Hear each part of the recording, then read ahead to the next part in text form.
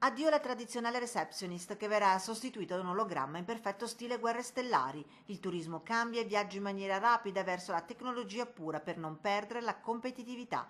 Il direttore d'albergo, ad esempio, non avrà più il compito di sovrintendere alle funzioni aziendali, ma bensì dovrà occuparsi maggiormente delle pubbliche relazioni e alle relazioni col territorio. Perché è solo dal turismo che si riesce a vedere in maniera concreta la possibilità e a tutto quello che c'è intorno di poter rilanciare questo paese per quanto riguarda prima di tutto l'occupazione e se siamo anche capaci poi i consumi. Il Veneto deve rimanere al passo, non può permettersi di rimanere indietro. Le nuove professioni del futuro avranno una caratteristica comune, diciamo, e cioè la grande attenzione per il cliente, nel senso di rendere il cliente parte integrante del processo addirittura di costruzione del prodotto.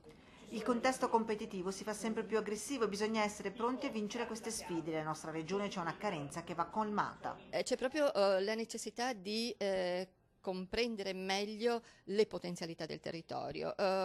Spesso appunto si sottovalutano e non vengono presentate adeguatamente al cliente. Appare evidente il cortocircuito fra realtà e un futuro prossimo che scalpita, cambia l'ottica di selezione delle figure professionali legate al turismo e alla formazione che deve dettare la linea. E parlando di nuove tendenze, due i trend.